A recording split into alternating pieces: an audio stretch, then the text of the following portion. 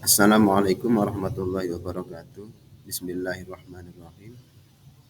Perkenalkan, nama saya Nur Halali dari kelas A27 IAIN Syekh Nurjati Cirebon, Fakultas Ilmu Tarbiyah dan Keguruan jurusan PJJ PAI.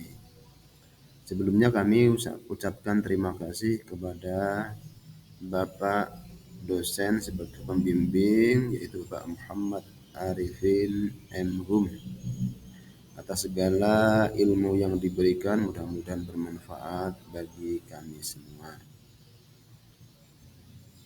Izinkan saya akan presentasi mata kuliah Cirebon Studies dalam tema Sistem Kebudayaan Cirebon.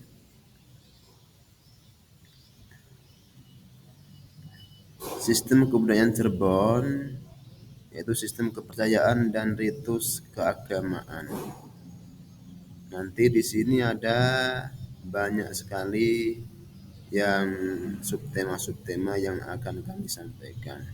Sebelumnya kami sampaikan yaitu asal-usul Cirebon. Kota Cirebon adalah salah satu kota yang berada di Provinsi Jawa Barat, Indonesia. Kota ini berada di pesisir utara Pulau Jawa yang menghubungkan Jakarta dengan Surabaya di lintas utara dan tengah Jawa. Pada tahun 2021 jumlah penduduk kota Cirebon sebanyak 346.438 jiwa dengan kepadatan penduduk 9.194 jiwa per kilometer persegi. Pada awalnya Cirebon berasal dari kata Sarumban. Cirebon adalah sebuah duku kecil yang dibangun oleh Ki Gedeng Tapa. Lama-kelamaan Cirebon berkembang menjadi sebuah desa yang ramai yang kemudian diberi nama Caruban.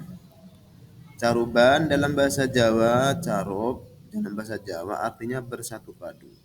Diberi nama demikian karena di sana bercampur para pedagang atau pendatang dari beraneka bangsa, di antaranya dari Jawa, dari Sunda, dari Tionghoa. Kemudian ada juga unsur-unsur budaya bangsa Arab, ada unsur agama, unsur bahasa, dan adat istiadat yang beraneka ragam. Kemudian pelafalan kata Caruban berubah menjadi Carbon dan kemudian dikenal menjadi Cirebon.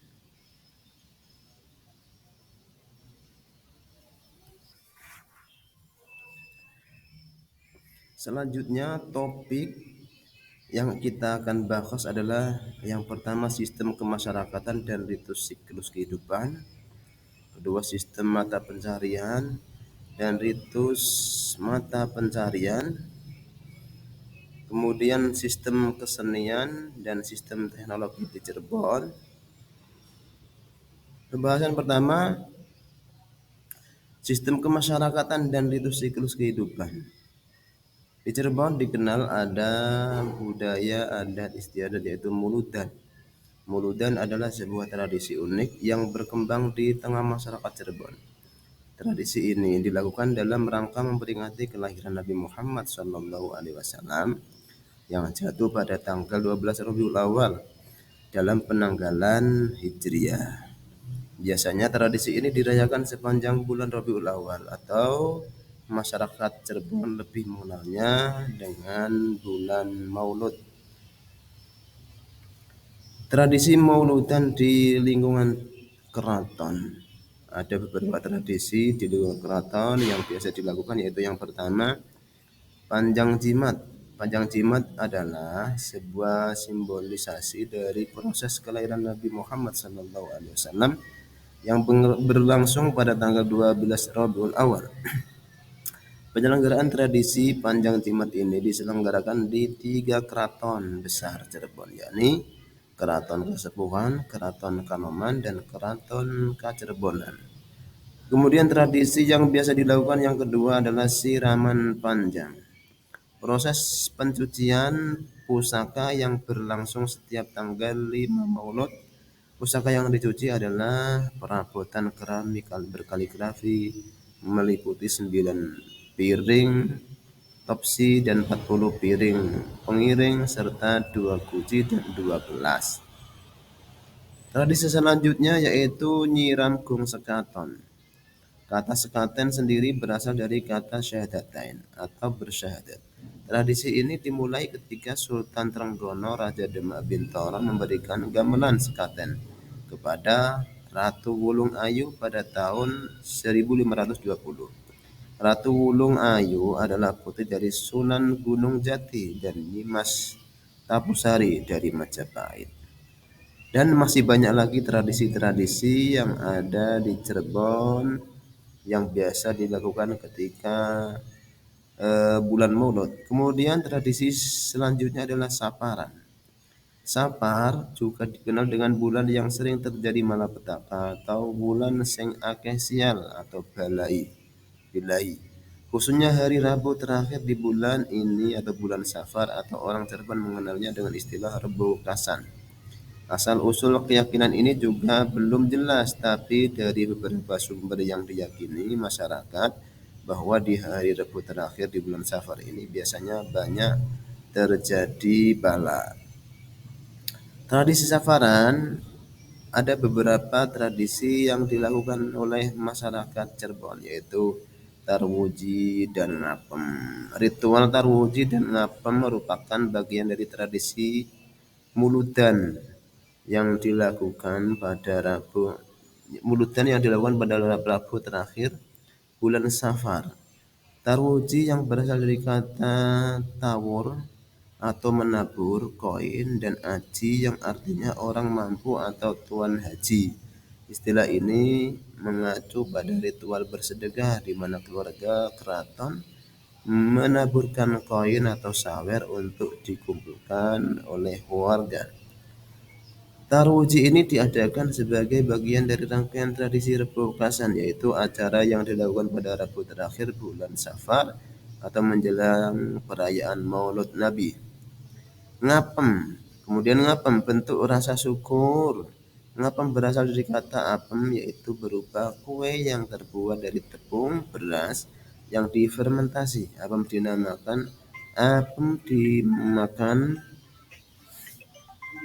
dimakan disertai dengan pemanis atau kinco yang terbuat dari gula Jawa dan santan. Umumnya masyarakat Umumnya masyarakat masih melakukan ini dengan membagi-bagikan ke tetangga yang intinya adalah bersyukur selamatan di bulan Safar yang kita terhindar dari malapetaka. Selanjutnya, sistem kemasyarakatan dan ritus siklus kehidupan. Dalam hal ini ada ritual ngupati. Ritual ini dilakukan ketika usia kandungan mencapai 4 bulan. Ngupati artinya membuat sifat karena pada usia kandungan 4 bulan Allah menetapkan sifat manusia. Diharapkan Allah menetapkan sifat kepada anak tersebut dengan sifat yang baik. Acaranya yaitu ngaji bersama, membaca surah Waqiah, surah Yasin, Maryam, Yusuf, dan lain-lain. Menurut menurut masyarakat, surat Yasin itu mempunyai berkah untuk keselamatan.